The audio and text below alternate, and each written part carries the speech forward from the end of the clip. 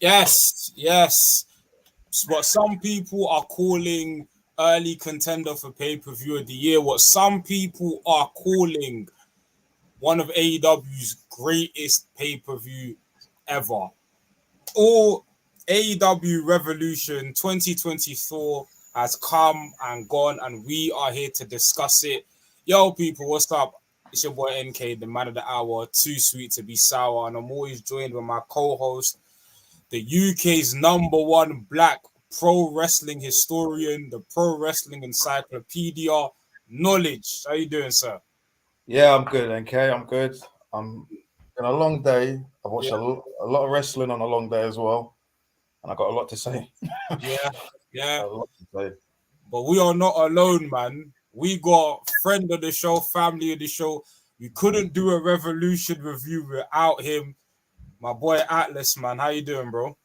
I'm good, man. I'm good. Did you know what it is with Comms Corner? From when you guys announced it, I messaged you both straight away, and I was like, I need a piece of this. Yeah, no, for I need sure. a piece of this, bro. I need a piece of this. No, for sure. I had you penciled in like immediately for like.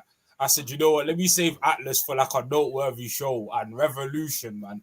Revolution. Yeah. Shout out to Mex. Mex said in an early in a TikTok that Revolution is probably AEW's most consistent pay-per-view in terms of pay-per-view quality.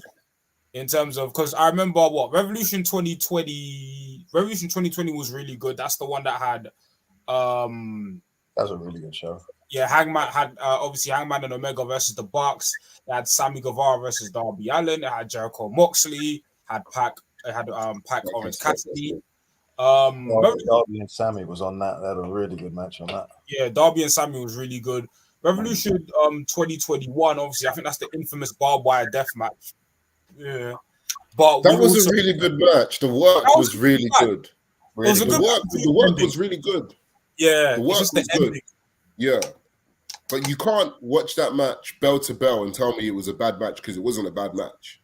It was just Work-wise, I'd argue that was the best exploding barbed wire death match of all time, as far as work-wise. But obviously, it failed at the end, but the wrestling in it was pretty excellent, really. The wrestling was good. Obviously, you had Sting's debut. I think Sting's first match with Darby Allin against Cage and Stocks. Yeah, against some Team Taz. That was really good. And then obviously throughout the years, obviously last year's Revolution, you had the one of the was considered the greatest Iron Man match of all time in Danielson and MJF. So Revolution, and obviously you had the year before that, I believe you had MJF and CM Punk, the dog collar match. Yeah. So Revolution has been pretty consistent. But let's address the comment section real quick. Big up Navy in the comments. AW only hoopers are now. No more NXT to main roster rejects. So I'm gonna talk about that because the landscape has changed. But before we get into it, overall thoughts on Revolution, going into Revolution. What were your thoughts going into the pay-per-view? Were you excited? Were you nervous? Atlas, what were your thoughts going into Revolution? I was excited because the card looked good. Yeah. And that's the thing that we talk a lot about AEW's week-to-week booking.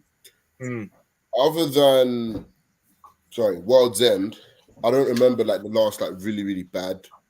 I don't even think World's End was even bad, but in terms of like when I watched an AEW pay-per-view and I wasn't it was fine. It was a fine show. It wasn't anything amazing. But AEW are very, very consistent with their shows. So even just looking at the card, the card turned out to be amazing as well. But even just looking at the card, I had high hopes for it. I was excited. There was a lot of matches I kind of had circled. Blackpool Combat Club against FTR, obviously Ospreay versus Takeshita. I was excited for the three-way, but kind of halfway through the three-way, I said to myself, pro wrestling's kind of moved past the need for three-ways. I'm not a three-way dance kind of guy or whatever. Like, I've never been interested in them. I remember when ECW used to do them, and I remember even then thinking they were overrated, and then WWE overdid them for years and years and years, and now I just look at them and it's like, why'd you do them so one guy doesn't ever eat a pin? It's just like, There's been some good freeways. Yeah. Styles, Daniels, Joe goes without saying. Michaels, Benoit, Triple H at WrestleMania goes without saying. Like even Rollins was great too. Say again. They did one the month after that match. Yeah, and then yeah. Kota Ibushi, Devitt, and Loki had a really cool one as well. New Japan, like a number of years ago. So there's been good freeways. Yeah. I feel like they did the freeways in service of the Hangman, who looks like a heel turn. Mm-hmm. But I do kind of just feel like wrestling's gone past the need for freeways at this point. Yeah. I don't know. Yeah. Well, we'll definitely touch on that more in depth when we get to that match. But Knowledge, just your quick, brief thoughts going into Revolution, like your thoughts on like the build. Were you excited? Yeah, I thought the build was pretty good. I thought they'd done, minus that promo that Darby cut on the Young Bucks a couple of weeks ago, where you got the Cody chant. Which really you hated that promo? I fucking hated that promo. It was so stupid. But like, other than that, I thought the build for that match was excellent, and I was really looking forward to the show. I grew up watching Sting, so it was like I was really looking forward to watching this. I was also looking forward to just seeing the building and how the fans would react to everything, because Greensboro is such a big wrestling city, proper NWA. So when I was watching it and I saw like David Crockett and all these guys, it was just, for someone like me, that's like very endearing to sit there and watch that. And so I was really looking forward to the show, like big time. Yeah, man. But let's get into the show. AEW Revolution took place at the Greensboro Coliseum complex. They pretty much sold out. They had 16K people in that building, so they completely sold out the tickets allotted for that building. And you could see for the first time in like a while, you could really see AEW using those wide shots, those wide camera angles. And, like it was a really amazing sight to behold. So the pay-per-view kicked off with Christian Cage defeating Daniel Garcia. I'm not gonna go through each moves. I'm not a play-by-play guy, but I thought the match was pretty good. It was a pretty decent showing for Daniel Garcia. My gripe with the match and going forward is I think Daniel Garcia should have won, because I think the Christian gimmick, as great as it's been, I think it's served this time, and I think I'm ready to move forward from it. And I feel like the Adam Copeland's Christian storyline doesn't necessarily need TNT title. And I think with Daniel Garcia, I'm not saying he's buried or anything like that, but there has to be a point where he starts collecting significant wins again. And I think right now was a good time to do it. I mean, there are going to be other times. I don't think you're completely the guy or anything like that, but I do think that you do at some point got to strike the iron. You can't keep teasing. You're going to do something with this guy, but then it doesn't pay off. But aside from that, I thought it was a pretty solid opener from Christian and Daniel Garcia. Knowledge, your thoughts on the match? I thought it was a good match. I'm not totally against Garcia losing that much. To me, he's over. He lost. They interfered and he lost. I don't really think it hurt him in any way. I just look at him as a young guy. He's not going anywhere. He always works super hard as well. He's definitely not going anywhere. It's just like he'll be fine. He'll be fine. In that company, all he's got to do is give good matches, and he'll be fine. They're not going to job him out and make him look like a clown at all. It's like, I think you're right though. I don't think Christian does need the belt. I think Christian could actually drop the belt, but I don't think Garcia is the guy right now anyway.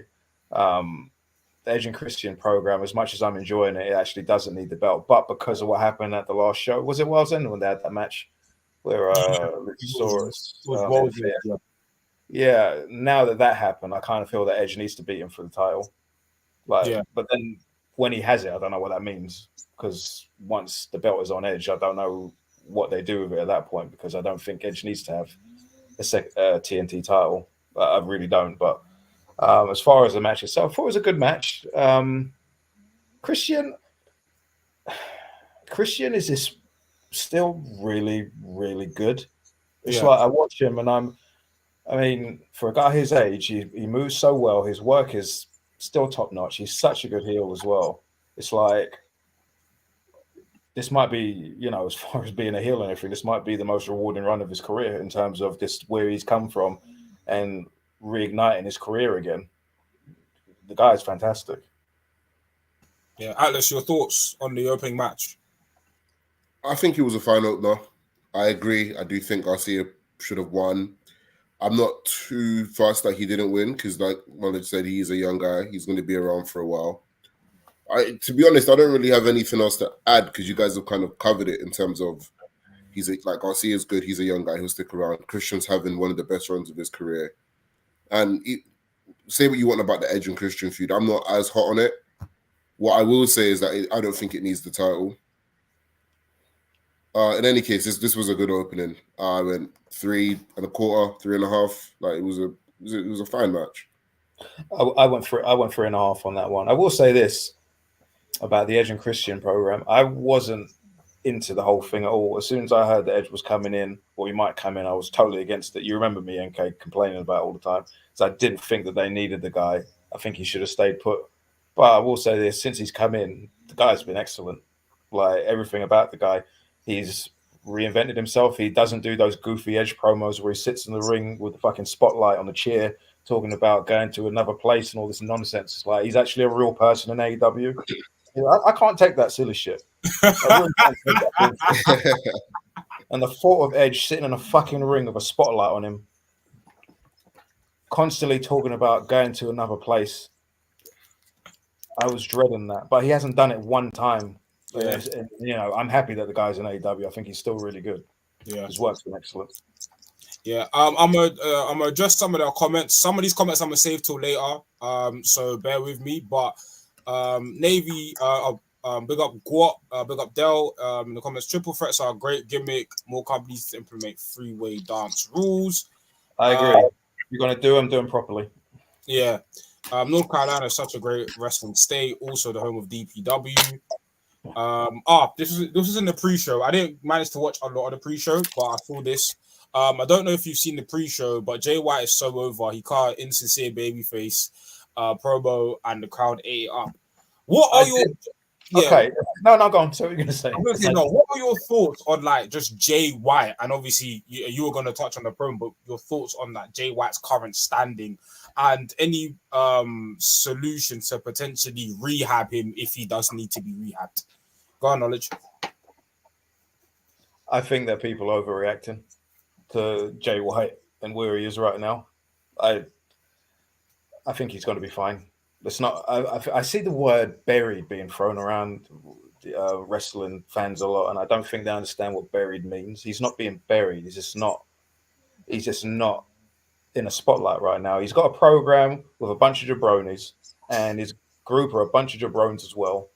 It's crazy, right? Since Juice Robinson's been out, you can just see that guy was so important to that act, because without Juice Robinson, it's literally just Jay White and two guys, you know. And I mean, I watched that match. I actually watched that match on the way back home today, and I don't even know what the point of the match was, to be fair. But you know what? He got the pin. He cut the promo afterwards. He's wrestling Darby Allin next week. It looks like they're heating him up again. And I'm gonna be optimistic and say he's gonna be fine. He gets paid too much money to not do anything. You know, he's had a couple quiet months, and sometimes that just happens with people. He's gonna be fine. Also, I will say this: Max Caster yesterday, I thought he was really good on the way to the ring. And his face throughout the match, I thought he was really good. You can just see that. You can just see what's coming. Like, you can just see it. It's coming, and he knows as well. And I've seen people say that, oh, you know, he's messed up his rap. You know, like he's done it by accident. It's obvious if you watch what's happening here. It is obvious what's happening here. You know, he's distracted. You know, they fucked him up. But yeah, just wish that wrestler fans wouldn't throw around the word buried so much. You know, guys get buried when they do nothing but jobs, or they have to go on TV wearing dresses, or fucking, you know, guys have to go out there and shave each other's backs on television. That's fucking being buried, you know? Or, you know, that kind of shit. You know, I remember, you You know, guys, I've seen guys wear dresses or women's makeup and stuff like that. I remember, God, Lita had dildos and stuff in her bag when she was leaving the company. You know, that's buried. Do you remember what? Sorry to cut you off, Donna. Do you remember what Vince did to Adrian Adonis? Sorry, Atlas. You go ahead. No, it's all good. I was going to say, do you remember what Vince did to Adrian Adonis? Yes, I do know. That's buried. That's buried. That's buried. But Atlas, your thoughts on like Jay White? I don't think he's being buried. I do feel like he does need heating up. I do feel like he should be. Listen, he should have beaten MJF. Boy, 100%. And even if you don't think he should have beaten MJF, the booking. Okay, I don't think that match buried him, but I could see how people could look at that match and the booking of that match and be like, "Oh, Jay White's been buried," because how does a guy have one leg and you wrestle him for half an hour and lose? You get me? He beat every single one of those guys in the same week. He beat Juice on the Wednesday, on the Saturday, on the Sunday, on the pre-show. He beat the tag team, and then he beat Jay White later on. Like, it was all so necessary. But the build-up, Jay White ate him up in that build-up. Every single time they went head. Every week we were coming to each other like, bro, Jay White cooked him again. We were saying it every Thursday morning. We were like, Jay White cooked him again. Like, wrestlers singing George Michael's and other examples of being buried. Oh, don't get me started on that. Yes, another one. Yeah, but we'll move on. There's a lot of stuff to cover on this card. How did I not think of that one? Good stuff. Yeah. Eddie Kingston defeats Bryan Danielson, AEW Continental Cup. I will go to Atlas because I know you're not an Eddie Kingston. That was the next match, yes. That was the second match on the show. That was the second match on the card. Are you sure? I believe so. Yeah. Okay. I don't think Eddie Kingston's a bad wrestler at all. No, he's great. He's awesome. You guys know what my problem is. Like you guys. The thing is, you guys know I spent the last year of my life watching Kings Road. For the people watching, tell them what your problem is. Yeah, he's a tribute wrestler, man. Like, he's a tribute wrestler, and it's like, I understand paying homage, but you're in Kawada gear doing Kobashi chops, and like, do you know what I mean? It's like, we get it. Like, even I was saying to you last week when he was commentating on the Akiyama Danielson match, and the whole time he's on commentary, I'm like, bro, we get it. You like Kings Road, like, we get it. You grew up watching AJPW, we get it, bro. But no, the thing is with Eddie can go out there and have a good match. You get me? Like, Eddie's not a bad wrestler. He's not a bad wrestler. My issue with Eddie isn't that he's a bad wrestler. In fact, it's annoying because I know he's a good wrestler. So I'm like, why do you need to do all of this tribute act stuff? And also, I've run out of things to say about Danielson. Like, this is since September 2021 to now, this is an all-time run. And even this match was probably his 5th best match of the year. Mm-hmm. Do you know what I mean? Davey has a hilarious comment in rebuttal to your tribute wrestler. What do you say? Gunther is basically a Kings Road tribute wrestler, Austrian Kobashi. I do not have enough time to tell you how wrong you are because it's already 9:30. Not cool with it. But knowledge, your thoughts on Eddie Kingston versus Bryan Danielson. I love that match. I thought that match was so, I can hear myself. I'm not echoing. Might be me. Can we? That's better. That's awesome. All right. Yeah. I love that match. I thought that match was so good. Like, Eddie Kingston was so good at selling that hand. He was so good. Like, see, that's pro wrestling there, guys. That is pro wrestling. See the way Danielson took that body part and he worked on it throughout the whole match. And then Eddie couldn't use that body part anymore, so he had to use his left side. He had to use his left side. Fucking incredible. Like, I thought he was excellent. The way he sold it. We need to look at Bryan Danielson differently as well, because his run, like you said, Atlas, that is an all-time run. Absolute all-time run. The guy is one of the greatest wrestlers I've ever seen. And we need to appreciate him every time we see him now, because this run is going to end at some point. We don't know when. It could end You know, at the end of the year, he's not going to quit as well. I mean, he's talking about finishing up, but he's not going to finish wrestling. He'll be wrestling for the. I can see him wrestling for the next 10 years. We're just not going to get him as much as we're used to him now. But I mean, the style that he works now, he can wrestle that style for another 10 years. You know. But we need to appreciate him every time we see him, because eventually he's not going to be around anymore, and we're going to be like, oh man, you know, I wish Bryan Danielson was here. I wish I wish I appreciated him a bit more when he was on TV every week having these great matches. The guy, I mean, you think about the matches he's had: Okada, Hechicero. He had the match with Akiyama last week. He's had 2 with Eddie Kingston this year. Was it 2 or was it 1 in December? One was in December. One was in December.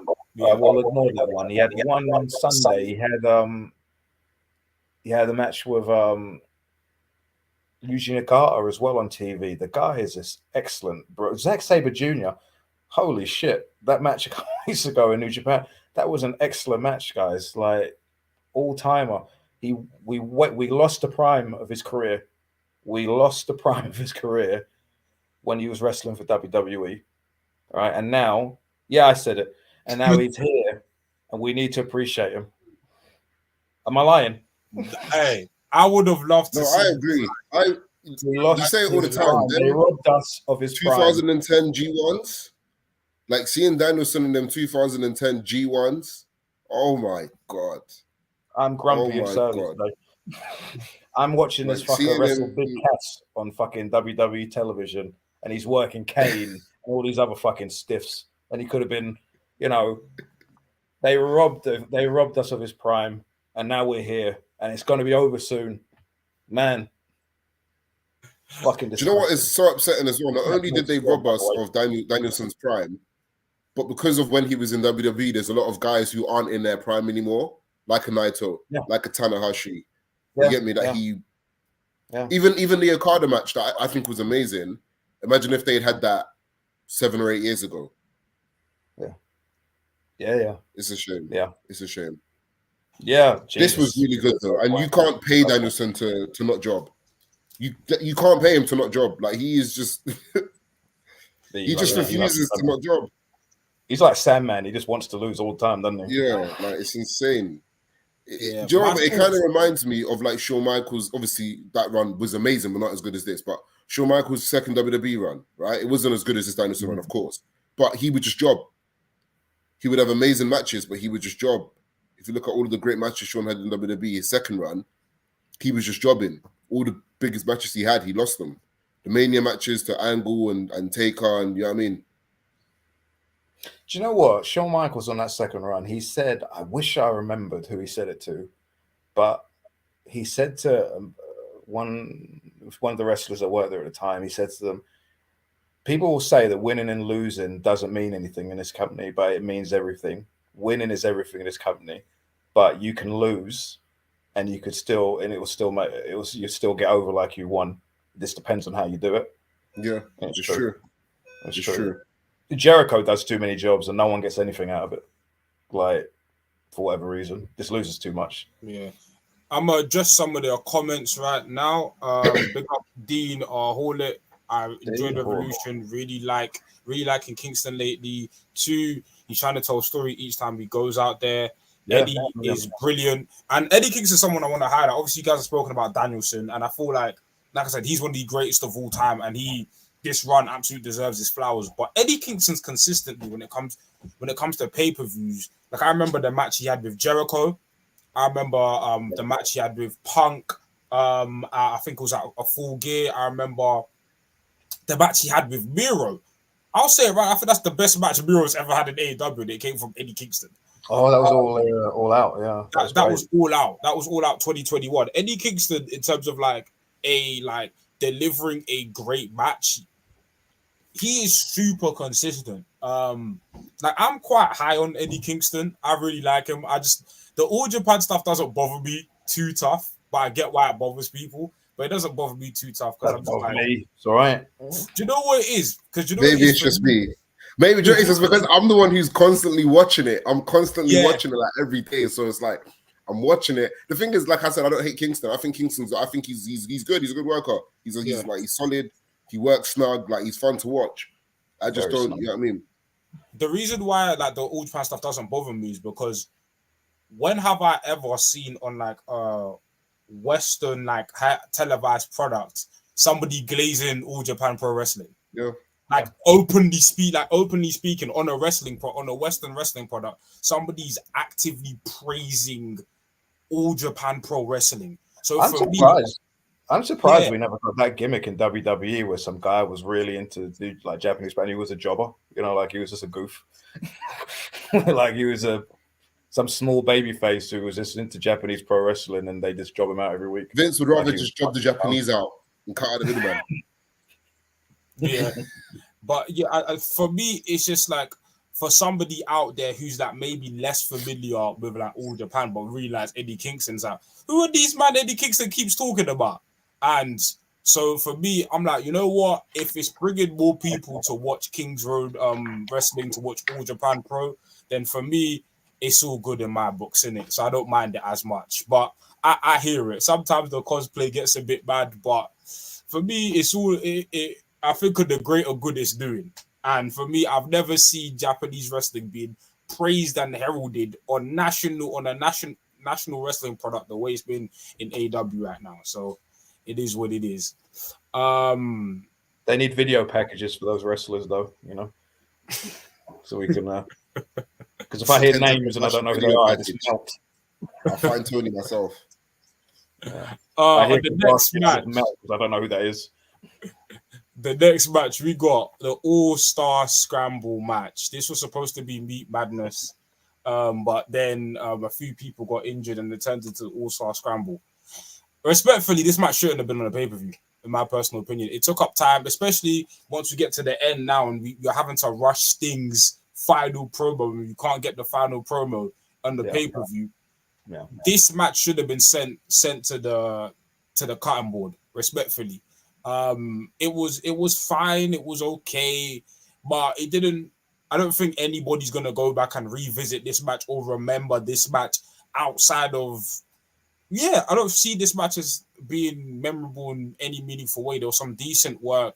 You know, the novelty of the big guys going against each other was cool. It was cool to see Hook, I guess. But like this match could have got scrapped, man. Like this match it did nothing for the pay-per-view really. It was to just get Wardlow a win, and I'm honestly, you could have done this on a Dynamite, in my personal opinion. Like this is like, especially for Sting's final match. If we're using, you know, if we're using matches, each match has to add something to the pay-per-view, and it ended up like taking away time that could have been allocated elsewhere. So for me, I could do without this match, and that's me being nice about it. But yeah, this match, and Graps with what says this match sucked. Hey, I hear it. Atlas, what are your thoughts on this match? 1 3/4 stars. Next question. 1 3/4 stars. It's low. 2 maybe, because Dante Martin did some cool stuff. I think he had a bad night. Did young Dante? I think he had a pretty. There was a few. There was a dive to Wardlow that I thought that was Wardlow's fault. Wardlow was kind of standing a bit too far, and then there was a dive he tried into like 3 guys that he didn't shoot far enough. But he tried some cool stuff. The big dude interacting was fun. But match should have just been cut. 2 stars. 2 stars. Yeah. I don't really have any thoughts on it. I did. My son watched the show, and his thoughts on the match were it was a good match, but I'll never watch it again. Yeah, that's a lie. He said it was a fun match, but I'll never watch it again, is what he said. I did think that when Magnus and Jericho did the Quebradas from opposite sides of the ring, I thought that was awesome. Like the way they did that, I thought that was fantastic. Yeah, that was cute. But what do we? There was so little room for error there. Like, and Jericho really got high up as well, because usually Jericho, for whatever reason, does really low moonsaults these days, and he got quite high up for that one by his standards. I thought it was good. I've got 2 questions. What exactly do you do with Chris Jericho right now? Because I'm not too enthused by Jericho as a whole. And I feel like Jericho's played the role of, the veteran putting over other guys, but I think he's played that role for so long in his tenure in AEW that beating Jericho doesn't mean much anymore. Doesn't mean as much as it used to maybe a couple of years ago. So that role's kind of done, and I quite frankly don't want to see Jericho in like any like main event picture. What do you do with Jericho? Can I go? Yeah, go. All right. So I think Jericho has done himself a disservice by, for one, I think he wrestles on TV too much, and two, he loses way too fucking much. And I asked someone last week. I wanted them to confirm to me. I said, "Is Jericho the highest paid guy in AEW?" And they said yes. All right, he's the highest paid person that works in AEW. Okay, the fact that that is the case, he should not be in that slot on the card, and he should not be putting as many guys over as he does. Now, I think you can use Jericho and still have him be, a top guy in 2024. I just think you need to make his appearances a bit more sparse and make them a bit more special as well. And he still works fine. I think there's this. There's a big lie I see on the internet these days that Jericho's bad and he always has bad matches, and that's not the case. For a guy his age, he still works really. He works way harder than he should. And I was talking to my son earlier on because we were watching the show, and I was talking about how good Christian was, and he's 50. When I was younger and I saw those 50-year-olds wrestle, those guys fucking sucked. They did nothing. They took no bumps. They made no effort. The old guys nowadays, they still work really, really hard, and Jericho still works really, really hard. I think they've lost Sting now. They could put Jericho in that spot. Obviously, he's not as likable as Sting because we know he's a MAGA nut and a QAnon freak. But it's and I'm not defending him personally, but I think you can still get a lot out of Jericho. You take him off TV, bring him back, have him put him in a program with whether he's a heel or a babyface. You put him in there with someone who's the opposite, somewhat high end.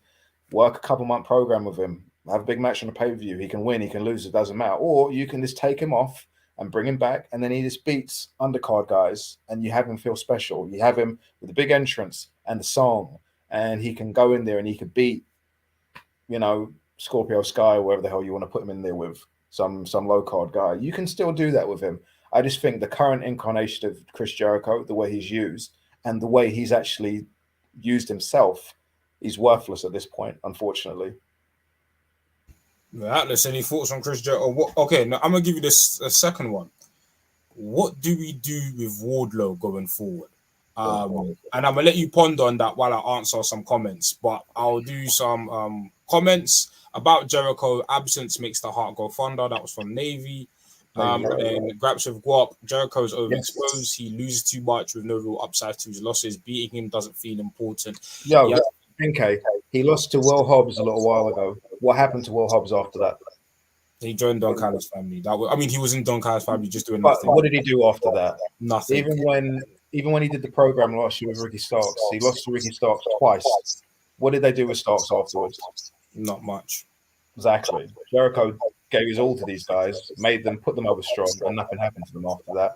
That's not his fault. That's the company's fault. But you prostitute these jobs. It's not good. Yeah. Atlas, Wardlow, are you invested? You know what I'm going to say. Yes. Oh. No, you know what I'm going to say. Oh. Bro, he's back. What are we doing? What are we doing? What are we doing? I don't know if you can see me. What are we doing? Listen, make room. Wardlow, get me. Yeah, man, Wardlow can cut. Kyle O'Reilly's back. Make some room. Get me. I'm not invested in Wardlow. I've never been in since Double or Nothing 2022. I've not been invested in Wardlow. Not really. Double or Nothing 2022. When he beat Max. Of course. Sorry. I've not been invested. What's going on? So I'm not invested, and I'm not a booker, so I don't even have like a concrete idea of what you should do with him. All I can tell you is that I'm not really invested. So while we're talking about Wardlow, because he won this match, what happens with him now? Because obviously he's going to have the match with Joe. Yeah. Do you do that at the Dynasty pay-per-view? Do you do that on television? I'd hope they did it on television. Television. I don't think you do. I don't think Joe versus Wardlow is a pay-per-view main event match. Not. That is not a pay-per-view main event match. Absolutely not. My thing with Wardlow is that we know damn well he's not winning that title, right? My thing with Wardlow is how do they have him lose the match without it hurting? Because they're pushing him for some reason. This push can't just be just for him to job to Joe. They're doing something. I'm not particularly invested. I don't care, but like they're trying again with Wardlow. They're trying again. Where it leads to, I don't know. Whether it's the Undisputed Kingdom kicking him out or what, I don't know. But I feel like it's just going to be rinse and repeat. Wardlow gets himself to a good position, ultimately loses, and then fades back into whatever obscure hole he came from. Like, I don't know. His promo on Dynamite was pretty decent. I'm just not moved in it. And what Davey said earlier, the pecking order has changed. Respectfully, only hoopers allowed, because we're gonna get to a debut. We're gonna get to wrestlers in this company that need more time. Me, I'm not really trying to see what I'm not dying to see Wardlow on my TV. Respectfully, probably nice guy, decent worker, good. I think he's all right. He's a good wrestler. This ain't me like saying he's dead. Nah, but in the words of Creative has nothing for you, my friend. We have nothing for you. We ain't got much for you, my friend. So, yeah, man. We'll move on to the next match on the card. Atlas referenced the ending, but we'll talk about Roderick Strong defeating Orange Cassidy and becoming the new international champion. Atlas, your thoughts on this match? Save the last segment to after, just the match. No, I got you. I don't say this in a bad way, because I don't think that predictability is always a bad thing in wrestling, but I feel like Roderick Strong winning was quite predictable. Not necessarily that it's a bad thing. I think it's fine. But you're always going to get a good match out of two guys like this. Like, Roderick Strong is just one of them workers where it's almost impossible for him to have a bad match. Good match. You talk about like working hard.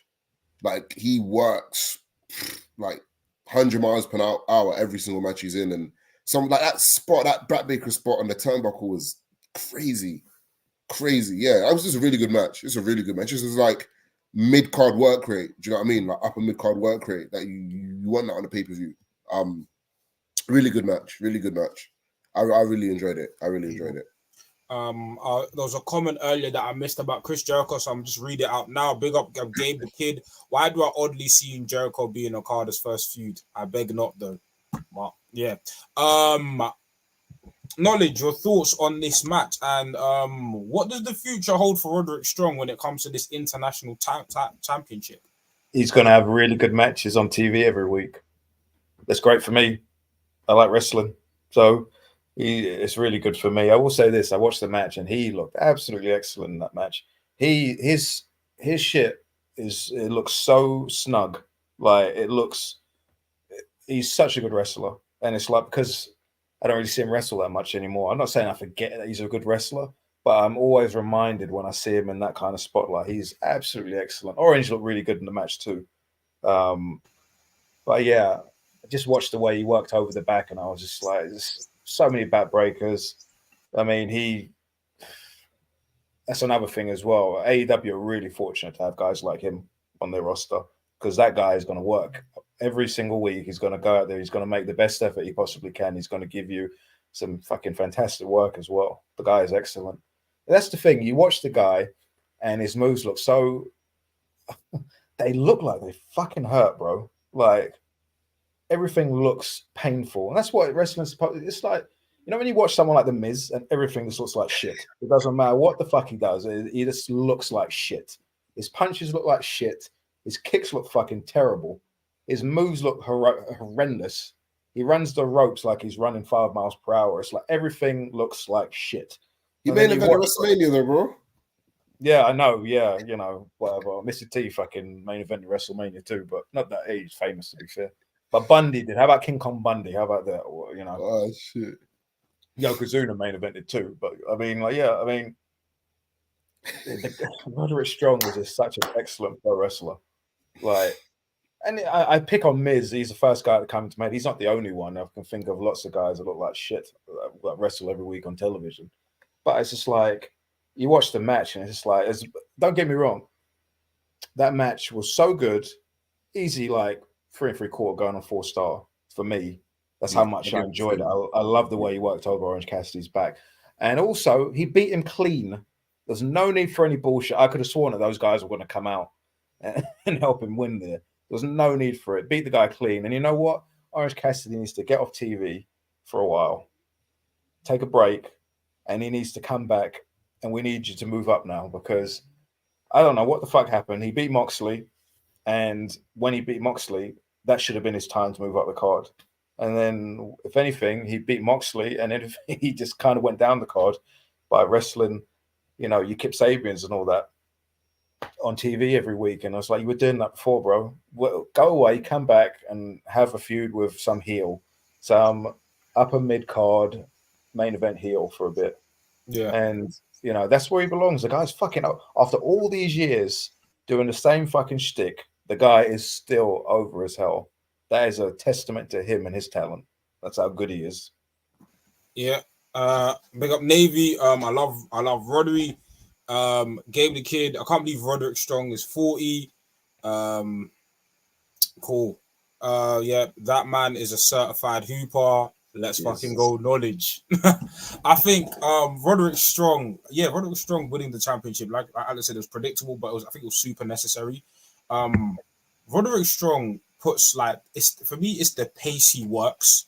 Like it's everything. It's like when his offense is one after the other. Like we talk about work rate in terms of like mad moves and stuff like that. But Roderick Strong, it's just the consistency of the pace he puts on in these matches. There's like I said, there's an energy to his matches, and everything feels snug.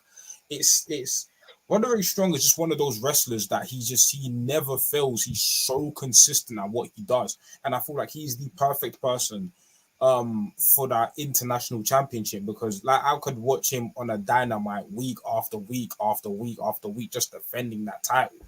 Graps said Roderick Strong versus Shibata for the international championship. I will matches like that. There are guys that he could be working with up and down that card, and I can't lie, I'd love to see Roderick put a beating to some of these, other guys. No disrespect, I like Dante Martin, but Roderick Strong, putting Dante Martin in a backbreaker is oddly satisfying. You know what I'm saying? Like just Roderick Strong's just one of these guys where I feel like people say, "Oh, Roderick's good," but I feel like saying Roderick's good is kind of a disservice, because he's amazing at what he does. Just because he's not main event in the shows, he's not the biggest star in the world, but he's a in-ring doctor. He's a master. He's got a PhD in wrestling. Like, this guy knows how to construct a match from start to finish, man. And Roderick Strong, he needs his flowers, man.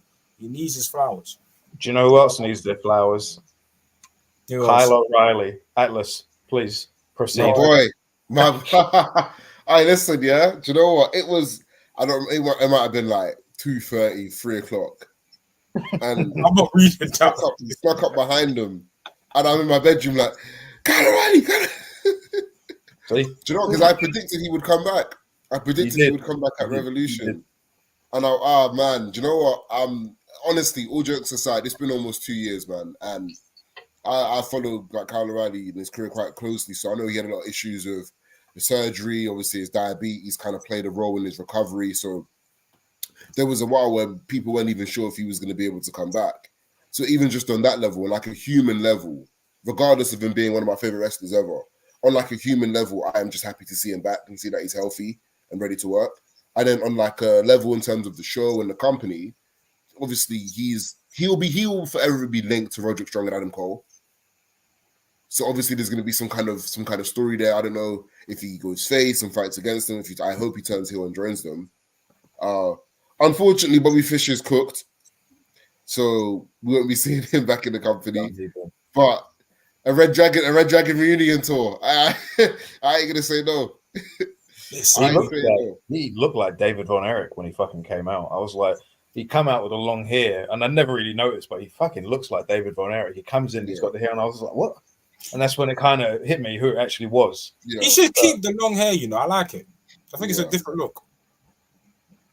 Yeah. I really do hope that him and Roderick Strong become a tag team, because listen, man, like as heels, or they break away though, because it looked to, I don't know what was going on there. It's got me intrigued though, because I'm like, what did he say? Yeah. So at the end of the match, Kyle O'Reilly came out.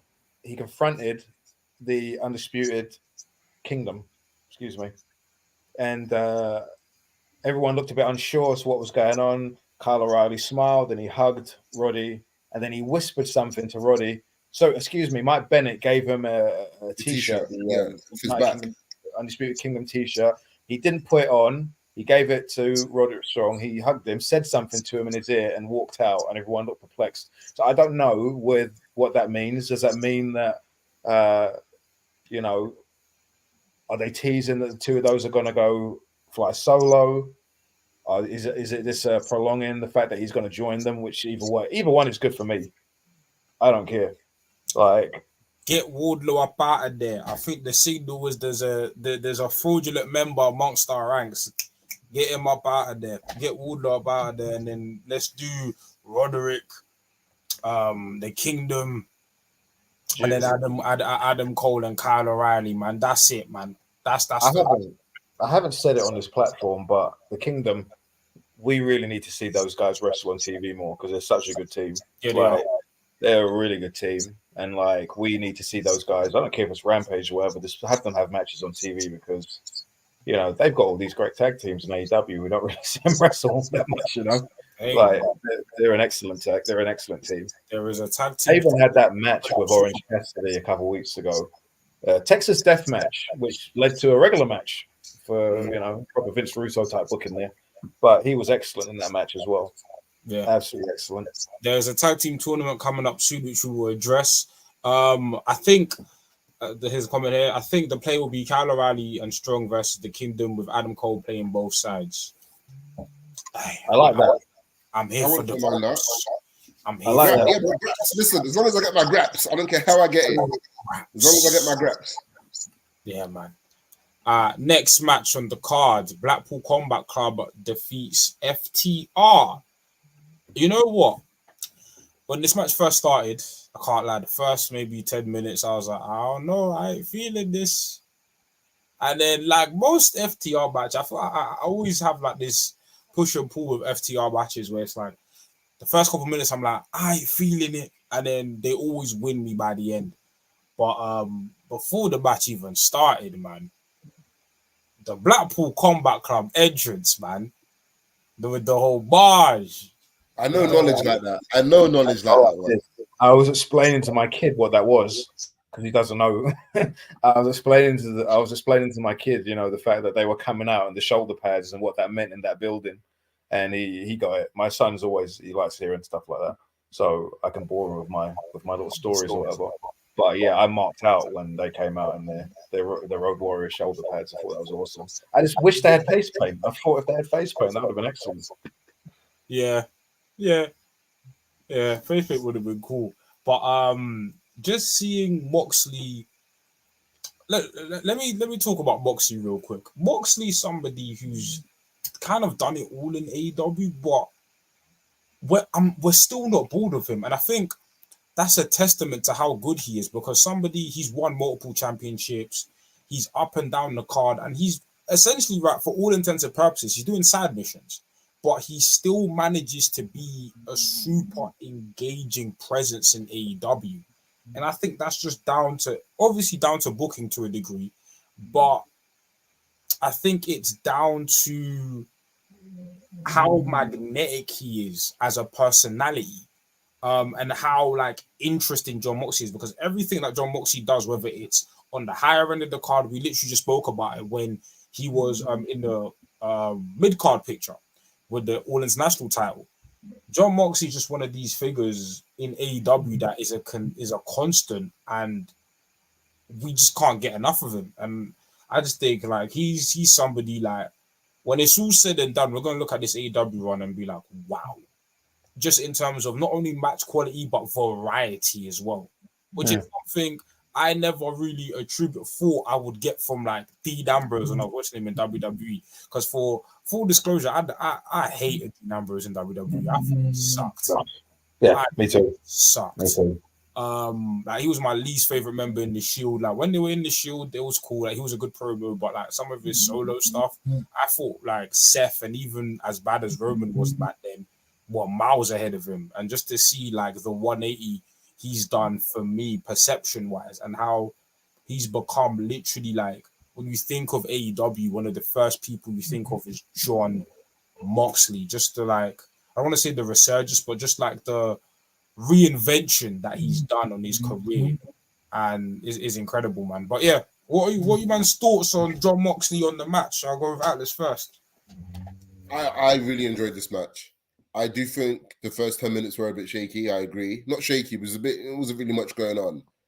But it kicked into gear and like there was some really cool shit like that. I forget what the move's called, the Doomsday Device, where Moxley had him and he springboard off the ropes and hit him with that was incredible.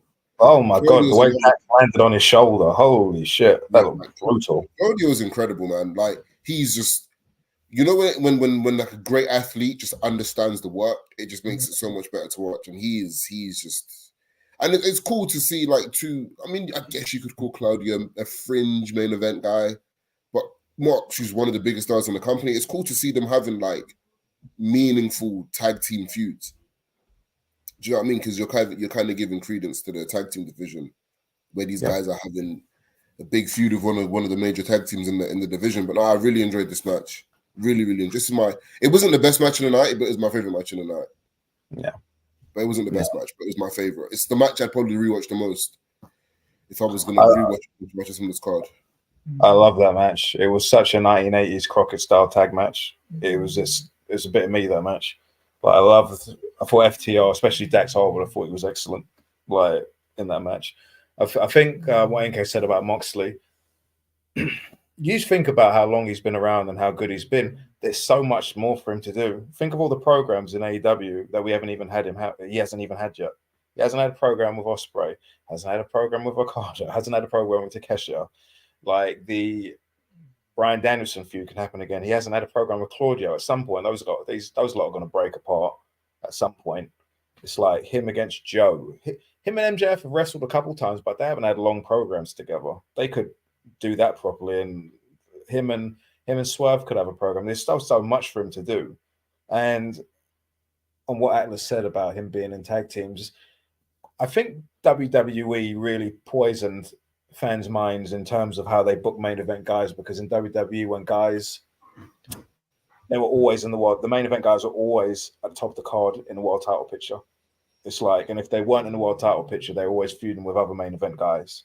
And traditional pro wrestling, if a guy isn't in a main event, he is on the undercard, the same way Ric Flair was always a multiple-time US champion, or Dusty Rhodes was a US champion feuding with undercard guys or whatever, or feuding with tag teams over the tag titles. That's what wrestlers are supposed to do.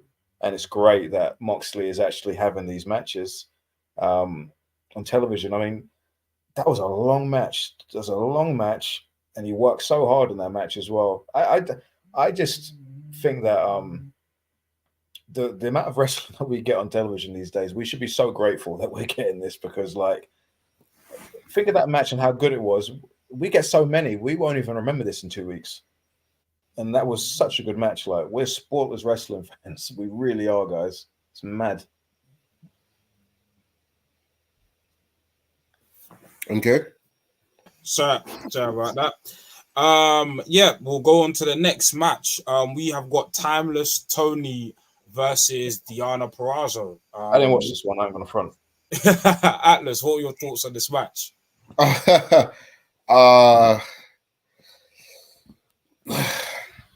The timeless Tony Storm thing is kind of wearing on me.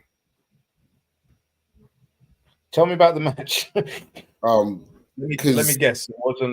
It would have been better if she was Tony Storm, the old one. You know what's so funny? Mariah May came out in her gear. Mariah May came out in her Tony Storm gear. And the reason why I say the timeless Tony Storm gimmick's wearing it, because when Mariah May came out, because obviously they're both, attractive, blonde, everyone thought it was her straight away, right? And the first thing I said to myself was when she came out was, she's gone back to her old gimmick, thank God.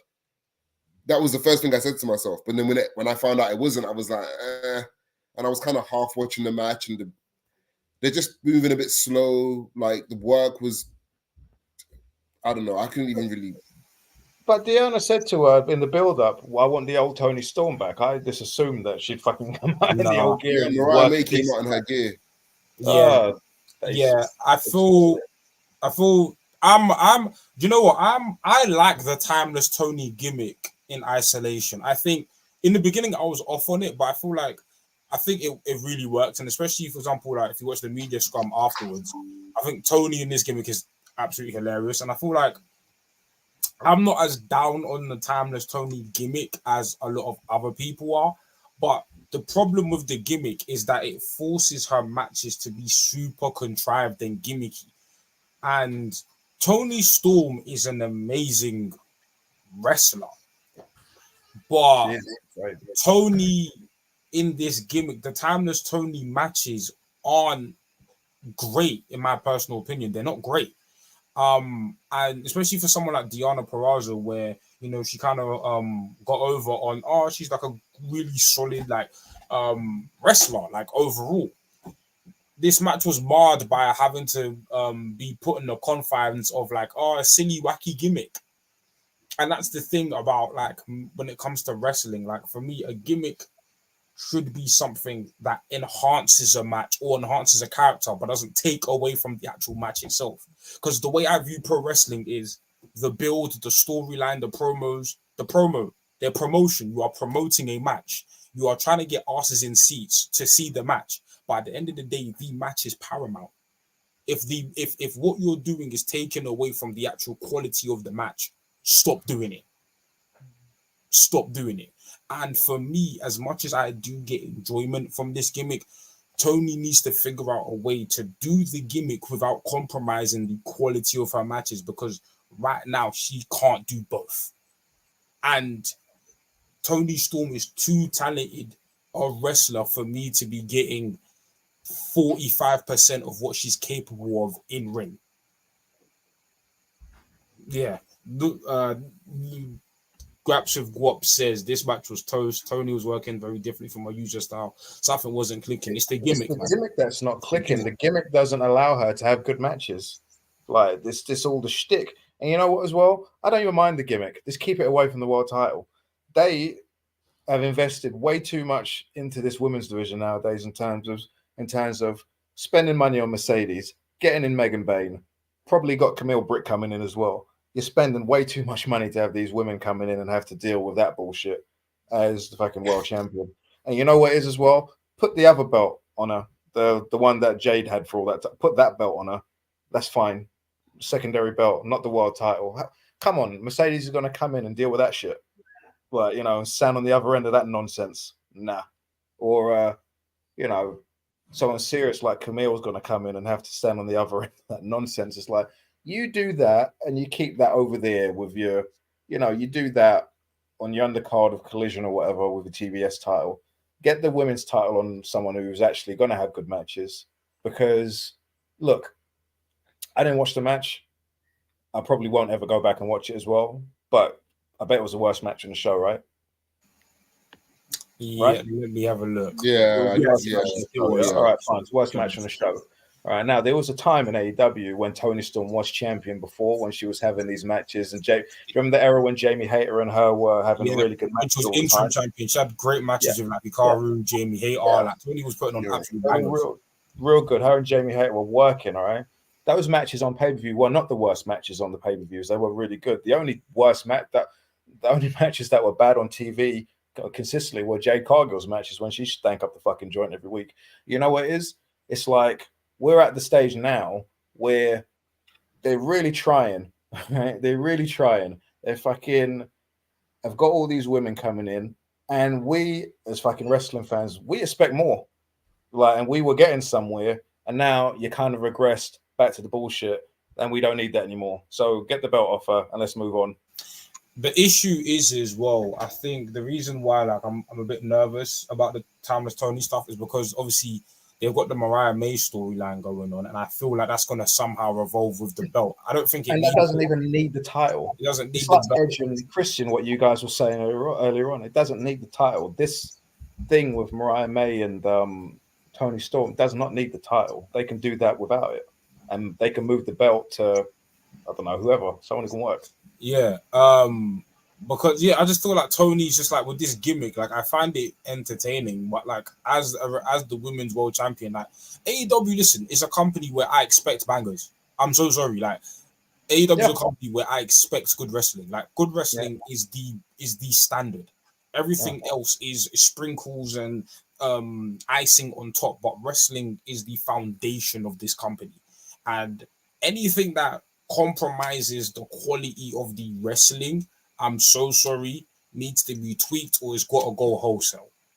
No matter how entertaining it is, no matter how many giggles you get, LOLs you get on Twitter, nah, Tony's a great wrestler. So for me, and I find this gimmick super entertaining. The press conference stuff, I find it hilarious. But in that ring, when that bell rings, I need real Graps. The next match on the card. Now we're talking about real Graps. Now we're talking about real wrestling.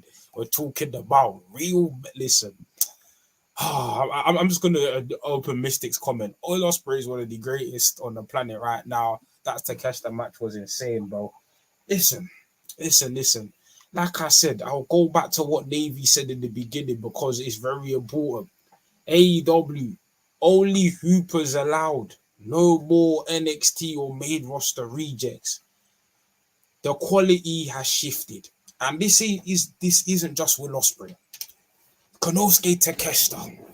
This guy is phenomenal. No, like this guy is sensational.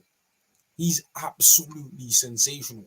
He is one of the best wrestlers in the world as well. He just doesn't have the catalog that a Will has, and they need to put him in more matches because every time Konosuke Takeshita goes out there, he don't miss. Whether it was the match he had with Hangman, whether it's the match with Danielson, whether it's the match with Darby Allin, whether it's the match with Kenny Omega, whether it's this match that he just had, Konosuke Takeshita, when that bell rings, he does not miss. He is sensational, bro. And the only thing that's wrong with Takeshita is the packaging and and what they've had him doing. But you give him the spotlight, you put him in that ring and let that bell ring. Konosuke Takeshita is the future, bro. The AEW's looking, especially with the young talent that we've got, AEW's looking healthy. And I'm warning people, and this match should make the locker room very scared. Oh my God. Should make the locker room terrified. The standard, like we said, good matches is the standard. But I feel like with Ospreay in the company, with guys like Takeshita in the company, the quality of pay-per-view matches is going to get higher, bro. We don't have time for mediocrity. We don't have time for good. If you want to get to the top of that card, you got to be sensational. And that's what Will Ospreay and Takeshita were today. Sensational. I didn't quite go 5 stars on it. I went 4.75 because I feel like there's a better match in them. And I feel like it is like the second best match I've seen this year. I put the Will and Danielson match slightly above it. That's just personal preference. But Zach and Zach and Danielson, the Zach and Danielson in New Japan is slightly above it. But this was phenomenal, man. Absolutely incredible. I'll save Atlas's thoughts to the end, but knowledge, what are your thoughts on this match? You stole my bit because I was going to actually just rant about the AEW locker room. Actually, to be honest with you, no, continue. You could go. No. I feel like I'm going to repeat all your stuff. So I thought when I watched that match, I was talking to you the other day, and I was both of you guys, and I spoke about the video that AEW put out of Ospreay backstage at Dynamite last week, right? And I watched that, and he was so charming, and he was so likable, and he was so natural. And I say it again, he was like a real person. Like, he was so nervous, and they put that out there, and he really came across as endearing. Like, he's kind of guy where you're like, you know, I watched that and I like that guy. I genuinely like him, and I want the best for him, because that's how personable he came across, right? And like, I watched it and I remember thinking, I'm so happy he never went to WWE, because if he did, we would have never got this version of Will Ospreay. We would have got someone who wasn't as natural and someone who wasn't as personable. I'll tell you that. But we are so fortunate that he's actually in AEW, because we get to see these matches. And you know what? I watched him, he came out, the place fucking exploded when he came out. He looked happy. He looked like a star when he came out. He got a superstar reaction. That is your guy. Like, that is your guy. That guy came on, he's come into that company now, and all these guys that are potting around thinking that they're next in line and this and that, or I'm not getting my push, and they go on Twitter and they complain about it, thinking that they deserve more and this and that. Unfortunately, the measuring stick, the bar's been raised. Like, you guys can't compete with that. Like, you cannot compete with that. That guy is a star, and that's the guy. That is the guy they need to build around. He is going to be the face of AEW. There's no one in that place that can touch him. Not a single one. People can like Swerve and stuff like that. He's got way more than Swerve. Way more. You couldn't even compare the two from what I saw the other day. Will Ospreay is a superstar. Like, every good thing that happens to, and you know what? He's another one. He's one of the best wrestlers I've ever seen, without a doubt. Without a doubt, right? And he's another one who I see people online digging their heels and claiming that he's not good or he can't cut a good promo. It's like, you're missing out. You are missing out when you are not watching this guy wrestle. He is, every single match that guy has feels like an event. Every single singles match, it feels like it is so important.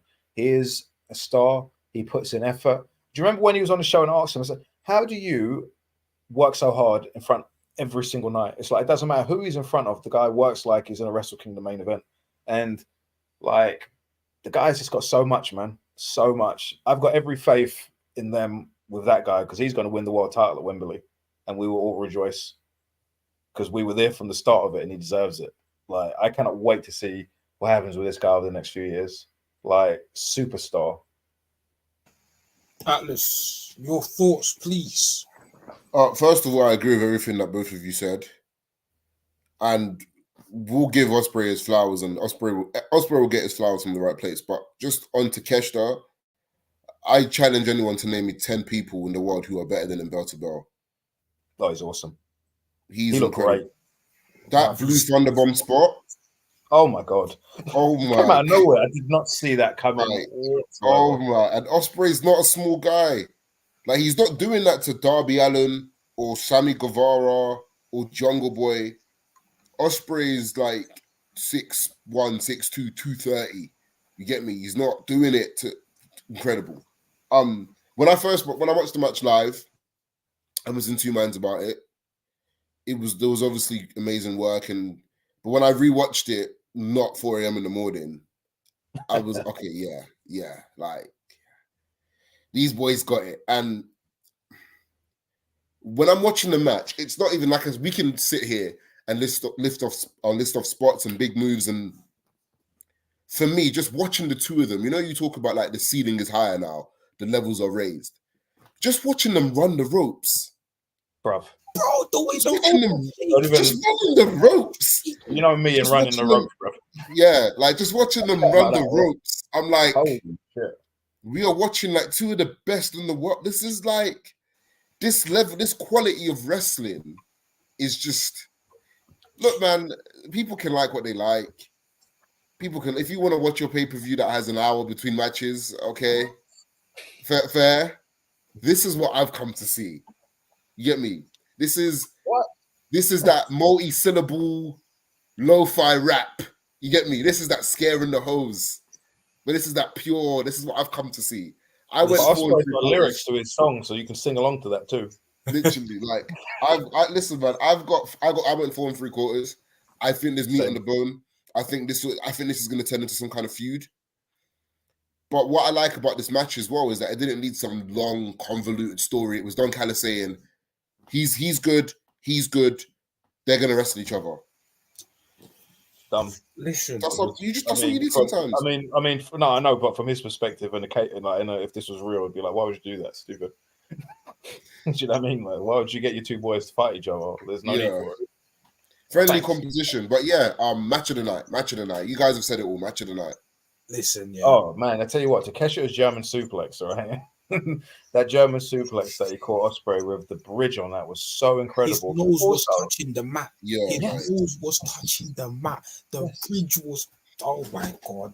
And the forearms that he was, those two guys, they're on another level. Like, you talk about top 10 Atlas, 100%. But like, you hear things about other wrestlers and stuff like that, and how good they are, and then you watch a guy like Takeshi who's kind of under the radar, and you're like, holy shit, the guy is just. He has some of the best strikes in the game, in my personal opinion. Yeah, great strikes. Big guy too.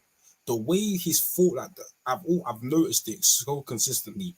The sound on the forearm connection. Obviously, I know he's probably hitting a part of his body, but the way he disguises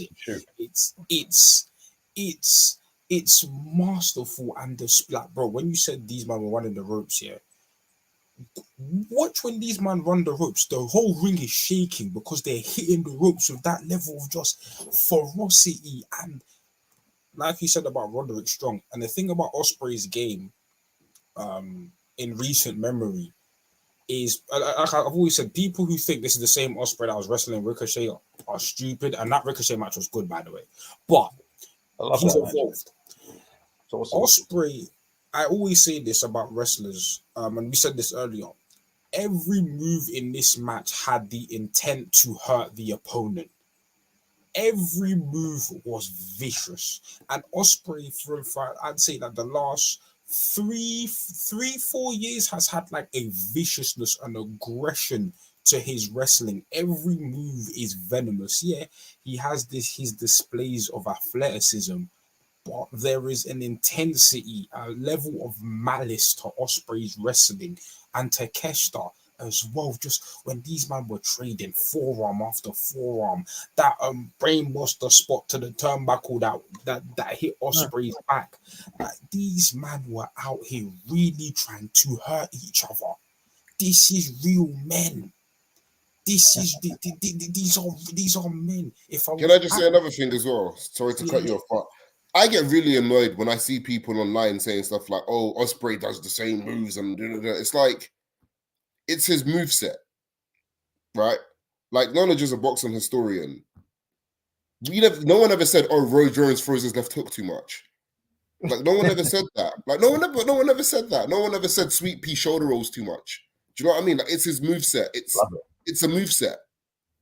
Like, every wrestler has a moveset. He's man, I don't know. I just wanted to get it off my chest because some of the criticisms I see, if I do have one criticism of Ospreay, it's the selling.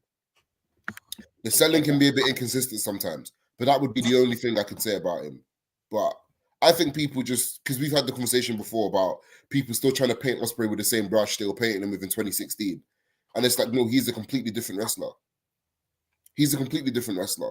So if you're still saying those things about him, you're either lying or you're just not watching. Listen, I feel like right now, in terms of the crop of talent that AEW got, we're going to obviously get to the world title match next, but Hangman, Swerve, Takeshita, Will Ospreay, and then obviously you've got Okada coming in. These men, except for Okada, but I'll include Okada for this because he's only 36. These men are 35 under, with the exception of Okada. Come on.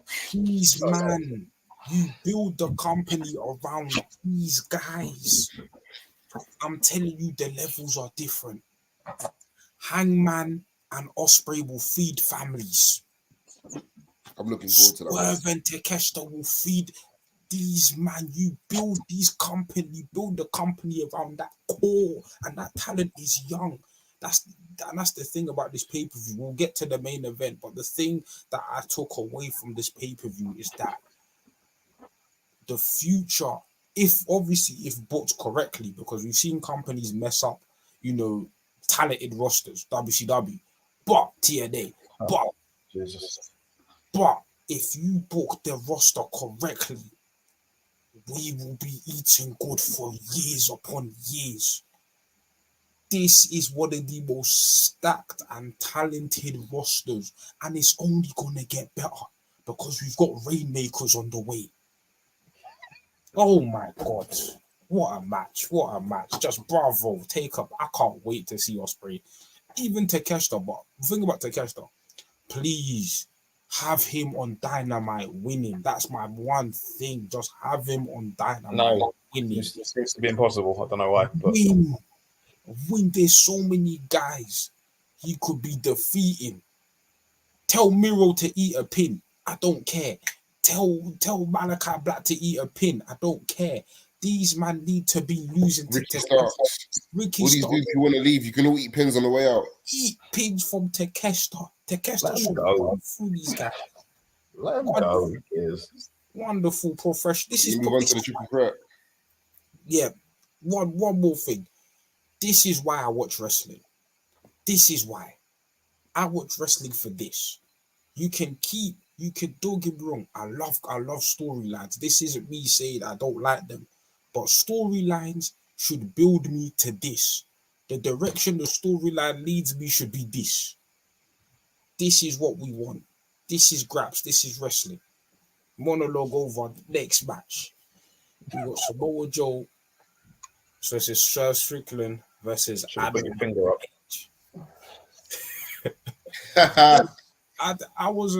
I thought this match was meh. Look, let me not say meh. All solid work. I thought it was good. I thought it was a good match. I thought they worked hard. Hangman was good. I thought it peaked, right? But I think in the beginning, Joe in the beginning of this match was really good. But for me, maybe it's because I tend to view triple threats through a lens of, which is bad, but if it's not Joe versus Styles versus Danielson, I tend not to rate triple threats, because triple threats, for me, I like when all three guys are interacting in the ring. That's just my personal preference. So maybe I'm just viewing it through the wrong lens. This match wasn't particularly bad, but I feel like it definitely was a come down from the match before. So maybe that is influencing my decision. Had the Will Ospreay match be placed earlier on in the card, I probably would have had more appreciation for this match. But this match was solid. Hangman's heel work was great, and I think the right person won. Do you think Swerve is the next guy to win the championship? Knowledge. He could be, but at the end of the day, they're going to give it to Ospreay at Wembley. So I don't really think, if I'm honest with you, all right, because I think Swerve is super talented. I'm a big fan of Swerve, but I don't know. There's just something missing there for me. I don't know if it's the laugh, because he started doing that laugh again. I don't know. This is something there that isn't connecting with me. I do like Swerve a lot. I'm a super talented guy. I just don't know if he's ready for that big spot. And I also think that Joe's doing really well. I don't see it necessary that we take the belt off Joe. So to me, I'm like, okay, the belt needs to go to Ospreay in August. How do we get there? Joe against Will Ospreay, probably not. So get the belt off of somebody. Get the belt off of Joe, to somebody who they can lose to Ospreay. Who is that somebody? I don't know. I think it's Swerve. Because I think he's a babyface, and Ospreay will be a babyface in Wembley. So I think heel. I think you do the dynasty pay-per-view, Swerve versus Joe. I think by the time we get to Ospreay versus Swerve already, he's a babyface, yes, and people like him. But I think you could easily revert him back to being heel. He's not he's a baby. I think if you do something like, okay, he takes it real personal with Osprey, and I think Osprey, with the type of worker Osprey is, I think if the crowd had to choose between the two, I think just based on work, they might pivot towards Osprey. But I think there's ways you can turn Swerve into like the situational heel in that match. I think there's ways you could get, because I think because when we get to All In, I personally think the match should be Swerve versus Osprey, and then Osprey wins the title. I think the direction of Osprey winning at All In is the direction, but I don't think. Go on.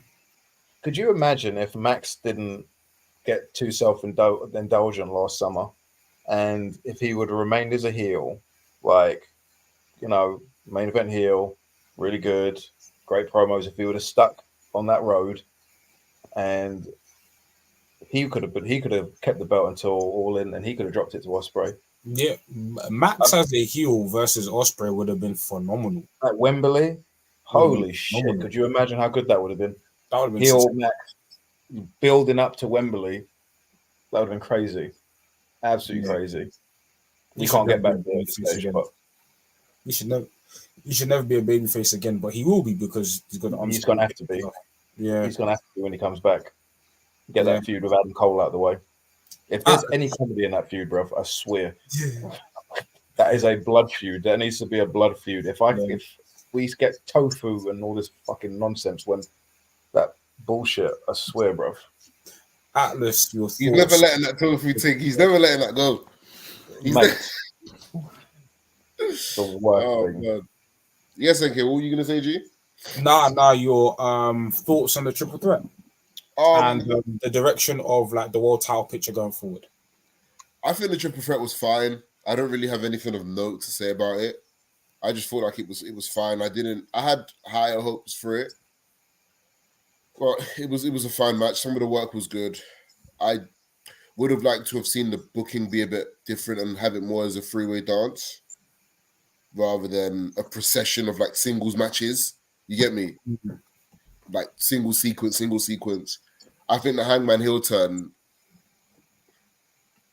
We'll see how we go with Hangman as a heel. I quite like Hangman being like the. Say again.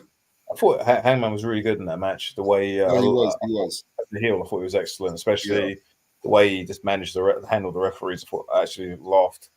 It'll be interesting because I've always said that Hangman kind of, if we're saying for the sake of this argument that wrestling is a TV show, Hangman has always felt like the main protagonist of AEW. Yeah. So it'll be interesting to see how he kind of does as a heel and how that kind of shifts the dynamic of the show. But yeah, this was fun. Sorry, go on. No, go on. No, sorry. You say that as in to me, that's the perfect character. That's a perfect heel character to drop the belt to Osprey at Wembley. This current version of Hangman. Yeah. That's what I just wanted to say that. No, that's fair. That's fair. I would say this was like a fine match. It wasn't anything crazy. I went 3 3/4. Yeah, 3 3/4 seems fair. 3 3/4. Yeah, 3 3/4. Yeah, cool. Yeah, cool. And now we have the moment we have all been waiting for. I think this is the reason why the pay-per-view sold out. This is the reason why people tuned in to watch this show. It was about one thing. It was about Sting's retirement. And, I'll go through the beginning. The Young Bucks come out, super, just phenomenal heels. Like, just, they couldn't be, there isn't a tag team better than them. There isn't a tag team that could have done this match the justice it deserves better than the Young Bucks. They come out with the EVP gear. They come out in robes. Just super arrogant, super cocky, just super despicable. Darby comes out, and then Sting. He gets the vignettes that people have been clamoring for, but this was beautiful. It recapped his entire career. Obviously, we didn't get the WCW footage. I'm surprised we didn't get any TNA footage, but that's fine. just absolutely beautifully shot. Like, and I said this on Twitter or X now. It's crazy how I never grew up watching Sting as the Crow, right? I was too young. I was literally born in the late 90s. So I wasn't old enough to witness Sting's prime at his, like, in real time. I saw his run in TNA, but again, I was in and out of TNA. This AEW run, for me and a lot of fans, is the run I'll think about when it comes to Sting in just terms of my own personal enjoyment. Of course, like from a historical context, I always have to refer to Crow and WCW, but like there were little kids in that crowd that were no more than 5, 6 years old crying for Sting, a 64-year-old man, literally in tears, a man who they haven't seen the prime of his career, they haven't seen the bulk of his career, but just this run alone has inspired such reverence, such appreciation for the man. Obviously, Sting comes out with his 2 sons, and what we see is one of the greatest retirement matches I've personally ever seen. Just in terms of like the build up, the shenanigans of the match. We'll talk about certain spots, I'm sure, but just this is how you send the legend off.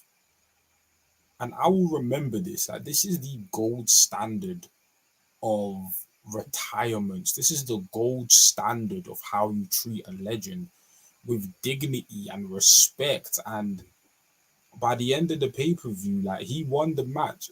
Like you usually, see a retiring wrestler bow out or eat the pin on his way out. But no, he won. And the crowd were absolutely satisfied. And I think this is a testament to AEW. Deserve a lot of credit for a lot of things, but this run from Sting, absolute, from the genesis to the end, has been absolutely phenomenal. Knowledge, talk to me about not just the match, but Sting's run in AEW overall, man. I think that Sting's run in AEW was perfect in terms of, you can be critical of Tony Khan all you want, but he booked a legend the way a legend is supposed to be booked. He didn't have him in singles matches, fighting for world titles. He didn't have him losing. He had him wrestling undercard guys and fun, crazy tag matches. And you know what? Sting's a millionaire, and he worked way harder than he had any right to. He was excellent, like, throughout the whole run. And you know what? He had his moments sometimes where he looked old and stuff like that, but he is old. So it's like, he was absolutely excellent throughout the whole run. And I'm really happy that he managed to go out the way he wanted to go out. His last match in WWE, when he got injured, he deserved a lot more than to go out the way he did. He deserved a lot more. And that video package at the beginning of that, his entrance, like, they done such an excellent job. And I want to say this, all right, because I was watching that and I was like, So let me get this straight. I was like, so Tony Khan let WWE use Dustin and Bryan Danielson and a couple others to do those documentaries and stuff. WWE couldn't give him any footage, 30 seconds of footage, 20 seconds of footage to use in that. It was just, for Sting, like, really disappointing. Not that I expected him to, because it's what they do over there, but like, it's ridiculous. Like, they could have done that. They could have repaid the favor. Would you classify this as, like, you've probably seen a lot of retirement matches in your wrestling? I've seen Terry Funk have about 30. Yeah. Where does this rank in the pantheon of retirement matches? Oh, this one was the best one I ever saw, because he won. He won. He had a great match. And man, I tell you what, could you imagine if he lost last night?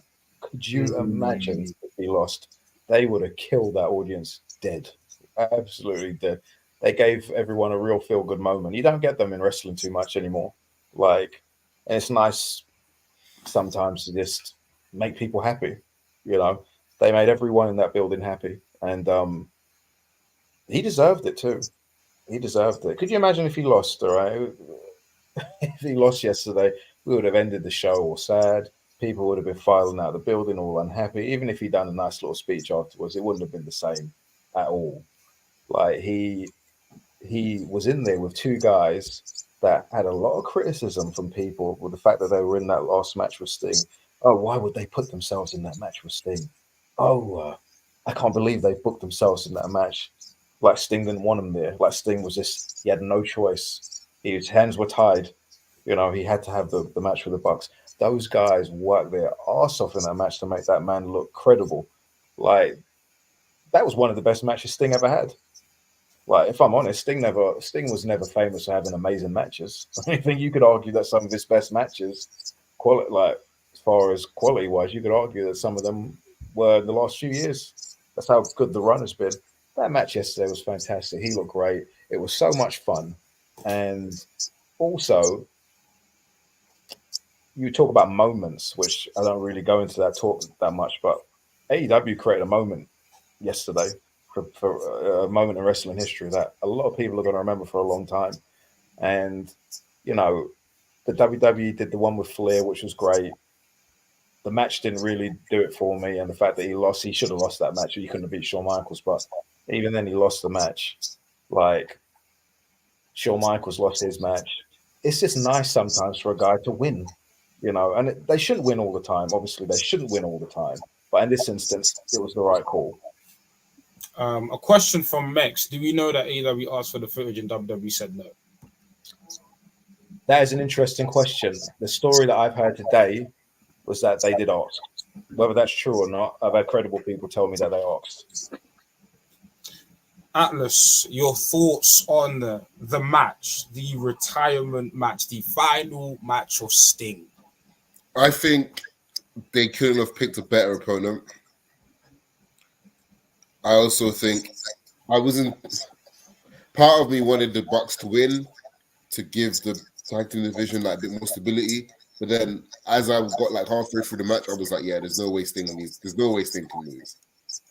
Like, there's no way Sting can lose. I was like, just put Sting over and then figure out what we're gonna do with the titles after. But this was I loved it. Like, when I was watching it, I was kind of torn in between getting caught up in the self-indulgence and a bit of the overbooking. But then I was like, bro, it's Sting's last match. You get me? And then I think because I'm like NK, me and NK are only like a year apart in age, but I didn't grow up watching Sting. I was in and out of TNA growing up, and I was always aware of who Sting was. But even as we were getting to the climax of the match and he was like kicking out of everything, I was like, I started to feel it. Like, I started to feel like a connection. You get me? But yeah, man, I loved it. It was like proper pro wrestling. It was, like I said, it was a bit much at times, but it was his retirement match. And in watching it, the thing that came to me the most was, yeah, this is his last match.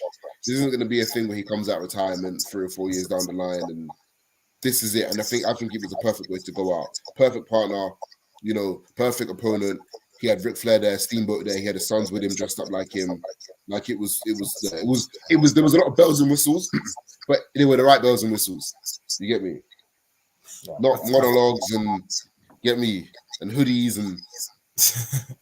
I feel like Sting, like this match with Sting, it was phenomenal, man. It was just like, I watched like you. I was in the thought, oh, you do things the traditional pro wrestling way where he had the old timer has to lose. Okay, he's been undefeated. You know, he loses his final match and he goes out. But like, there was a point during the match where I think it's after Darby did that. Darby, bro. First of all, that spot is ridiculous. Why? Why? Why? Like, because you know why? Do you know why? Real grass, cry me a river. But I'm sorry, Darby is insane. Like, do you know what? Yeah. Yeah, just continue, bro. Continue. In the words of Jack Perry, real glass, cry me a river. Sorry, do you know what's crazy about that spot? Do you see how close those cheers were together? Like, I mean, the spines of those cheers were so close together. It's like when they set those up, they should have really move those chairs a bit wider for him. When he come down, he was so close to the spines of those the tops of those chairs. That was so brutal, bro. Listen, like when he was selling, like there was a point in the match where I was just looking like at the doctors, looking at like I was like, Darby's been on the ground for a while. Is he okay? He's okay. And then when I saw him on the ground by himself and the doctors had left, I'm like, okay, he's fine. Yeah, he's fine. He's fine. I was like, he's fine. Okay, he's fine. But the cuts on that were ridiculous. I'd love to know how long they took picking that glass out of his back yesterday. They must have taken ages. Oh God, ages. Shout out to Real Glass in Wrestling, Jack Perry. What have you done? Jack Perry, what have you done? So one of these days, on a random one of these days, we need to talk about the domino effect that Jack Perry has had on wrestling in the last 6 because it's actually honestly that one comment. That one comment has caused so much. It's literally influenced one of the main events of WrestleMania, but we'll get to that. More than that. It's more than that one line. Come on now. I know it's more than that. But it's hilarious. It's hilarious though. It's hilarious to think though. But back to Sting. Yeah, this is like I think this and Keiji Muto's retirement early last year are like the 2 retirements that come to mind in terms of like just somebody going out and having an amazing career. Now Keiji Muto's one's a bit different because he should have been retired, but I think this is one of the greatest retirements I've ever seen. And just the Young Bucks, man, like them. We've always spoken about what tag team match is going to main event a pay-per-view. Everyone thought it was going to be FTR and the Young Bucks. Everyone thought, but this is like this match is going to be legendary. The Young Bucks are going to be, I mean, their career is already legendary, whether you like it or not, but them having this moment in their career, they get to say, we had Sting's last ever match. I mean, it's undeniable. I mean, it was undeniable, but now it's just like, come on, man.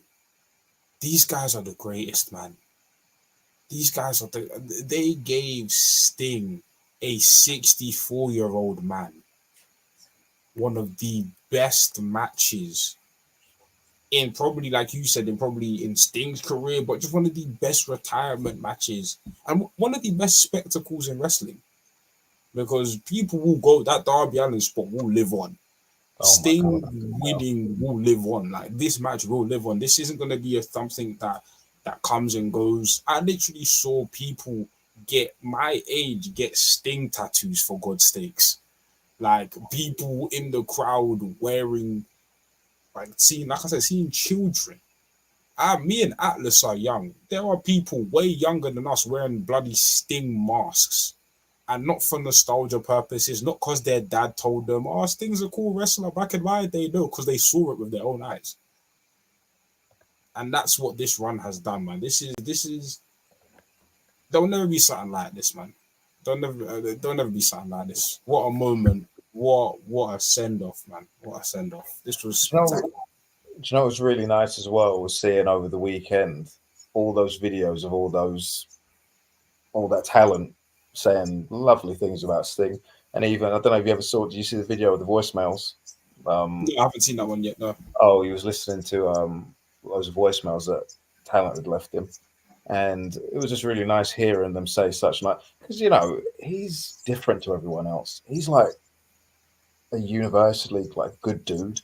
Yeah. Like, there's no scandals about Sting. There's no MAGA nonsense. There's no racism. There's no wife beating. There's no drug cases. There's no nothing or whatever. The guy is just a good man. It's like, and he's universally loved in wrestling. Every single company he's ever worked for, people genuinely like him. They respect him. And he's a giving. I mean, you can see the guy really cares and he gives so much to himself. This isn't like other retirements where people are like, oh, I grew up watching you. I respect you. They genuinely like Sting.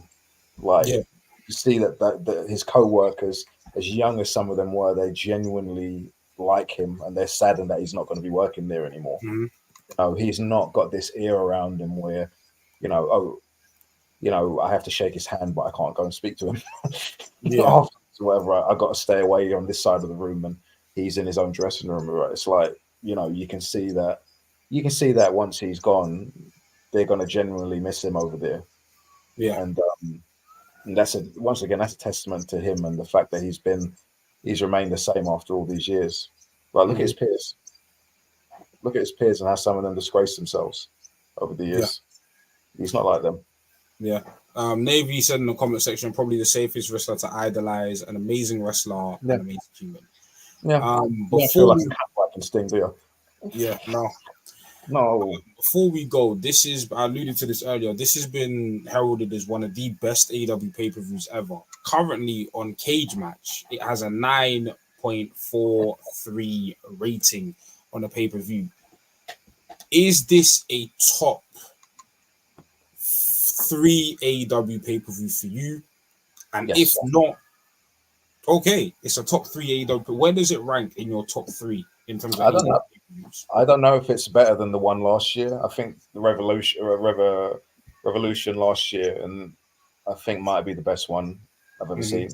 Like, I think that might be the best wrestling pay-per-view I've ever watched anyway, that one, from top to bottom standpoint. But this one isn't far off. This one has got the Sting match, though. So it's different. It's very different. They're two of the best shows I've ever seen either way. Like, AEW in general have got some absolutely fantastic pay-per-views. Yeah, there are so many. So if you rank top to bottom the top 20 wrestling pay-per-views in history, like, AEW would have fucking loads of them. They've only been around 5 years. Atlas, like, what WCW shows belong in that top 20? I've seen every single one of them. Like, none of them.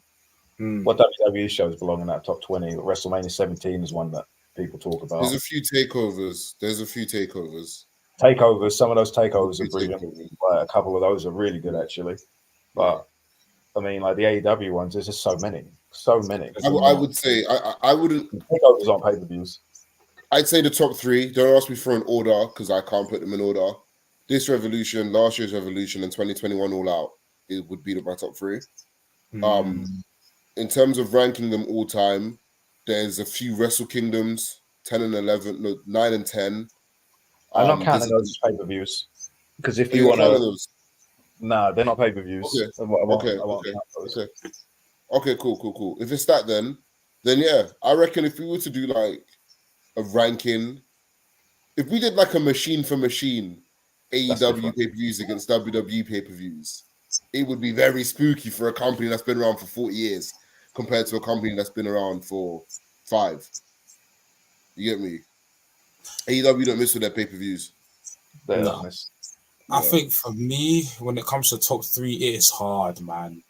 Because even when you guys say Revolution last year, I think about Forbidden Door last year. I think about Forbidden Door last year. Forbidden Door 1. Yeah. Even Forbidden Door 1. Even though Forbidden Door 1 doesn't necessarily have like the like one match of the year candidate that some of these other pay-per-views have. Bro, I mean, a meme was born. I was memed because of Forbidden Door 1, you know what I'm saying? And then obviously All Out 2021, you know, bro, you have Young Bucks versus the goddamn Lucha Bros. And then you think about AEW Revolution 2020, like I said before, Hangman and Omega versus the Bucks. Like, it's hard. For now, I'm gonna be tentative and say it's in my top 5, but my top 3, I'm not sure yet. But it's very much so in the conversation because you have arguably the greatest retirement match that I've seen in professional wrestling. And that's the thing about, you say about AEW's 5-year history. There's a lot of greatest. There's a lot of like we use the word greatest, and sometimes people are like, we're hyperbolic and stuff like that. Obviously, I can only go off of what I've seen. But I have never seen, I've watched a lot of pro wrestling. The amount of times I've left an AEW pay-per-view with euphoria, the amount of times I leave an AEW pay-per-view thinking I've never seen that. AEW is like the proof of concept. Like I said, I grew up, me and Atlas are probably the same. I grew up in a post WCW era. there was one way of wrestling that worked on a national stage in the States. Yes, we had TNA, but TNA was like the little engine that could. It was like, yeah, it can, and then no. And Vince Russo was booking it. Yeah, it can. Don't get me started. And don't get me wrong, and this isn't a snap. I think people think I'm a TNA hater. I'm not. I am. I'm a TNA because TNA was my favorite company. I used to watch it all the time, and TNA was like, you know, my first ever heartbreak. It's like I thought you could have been something, and then you didn't turn out to be what I thought you was.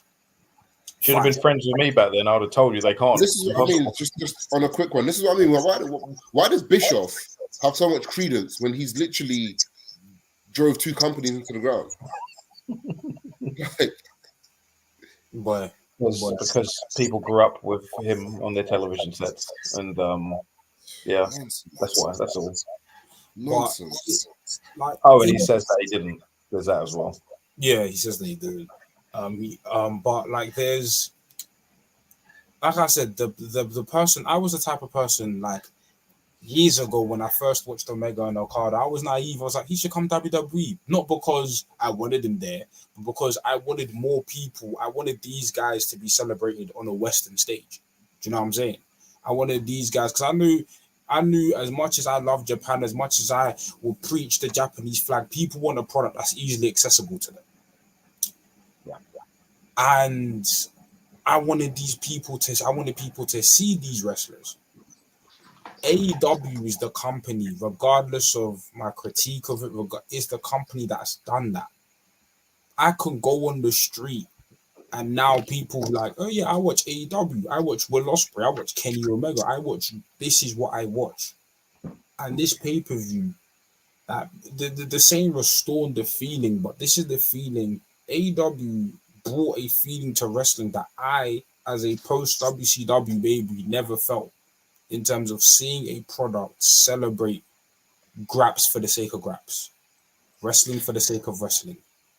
The thing you need to get over here is be good in that ring. Yes, you need the other factors, of course, but the thing that is celebrated and prioritized in this professional wrestling company is the wrestling, and that's something I've always clamored for and always wanted.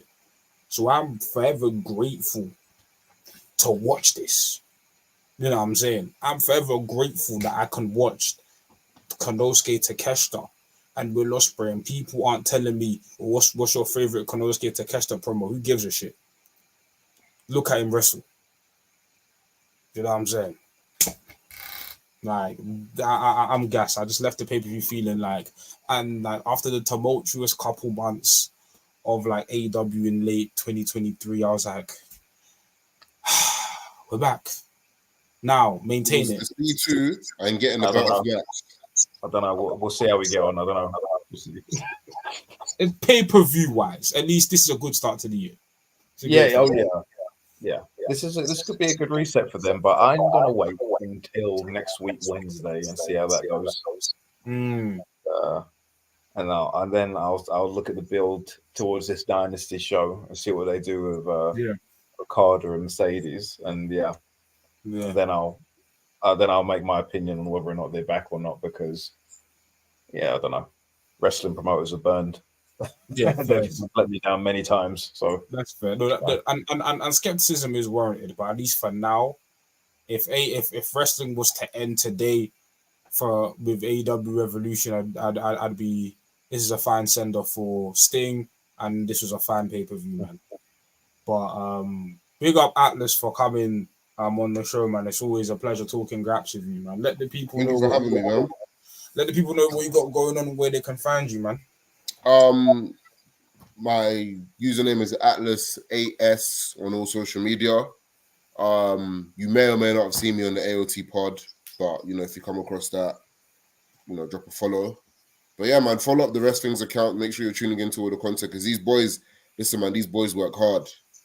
We're doing this Comms Corner, but this is like one of the 5 or 6 shows that they do every week. So make sure you're tapping in, man. It's good content. And follow Atlas on Twitter, because he argues with a lot of people about wrestling. He's very entertaining to follow. I actually need to stop. I need to stop. A lot of these people aren't really even worth my energy. but I've got a very argumentative personality. You smell me, so I can't help it because I need to tell you why you're wrong. Yeah, follow it. It's fun.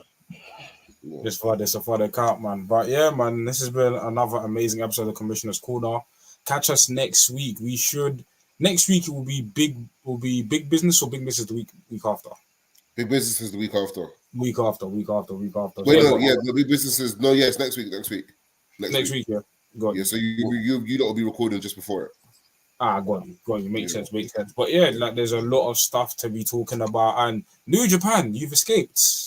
But I will be talking about you again because New Japan. You need to have me back on soon because I got so much to say. New Japan. What I'm going to say is this. Gato can't beat me. Hey, listen, Gato can't beat me. Gato can't beat me. I promise Gato can't beat me. But he's going to have to see me. Gato's going to have to see me sooner or later. He can't get away with this. Get Atlas back on because I'm so indifferent on the whole thing. I'm just like, yeah, we'll see how it goes. No, because what they're doing to my company right now, I'm like, what? But yeah, which New Japan Japan. is it? Nick or Ryan? What's Nick? What's wrong with you lot? It's Nick Nemeth. Like Ryan works for AEW. Oh, it's Nick. It's Nick. Nick. But, yeah. New Japan Cup we live tomorrow. Listen. You'll see how this New Japan Cup turns out. Yeah, Dave Finley's winning it, bro. We're toast. Oh my god! And on that Top Dollar, what's going on with Top Dollar? Was he booked or what? Knowledge. You asked me to look, and I wasn't sure. Do you know what? We're out of February. It's fine. I don't want it. I don't want him. I don't care if you like him in the comment section, more power to you. Me, I don't want that. Let's get back to sensible. But anyways, I'll be here for another hour. But this has been an amazing episode of Commissioner's Corner. Make sure you like, share, comment, and subscribe. Make sure you become a member. Make sure you tune into the various pieces of content we have on the Wrestling's platform. Right. Spin NK, Spin Atlas, Spin Knowledge. We are signing out. We will catch you guys on the next one. Peace. Have a blessed day.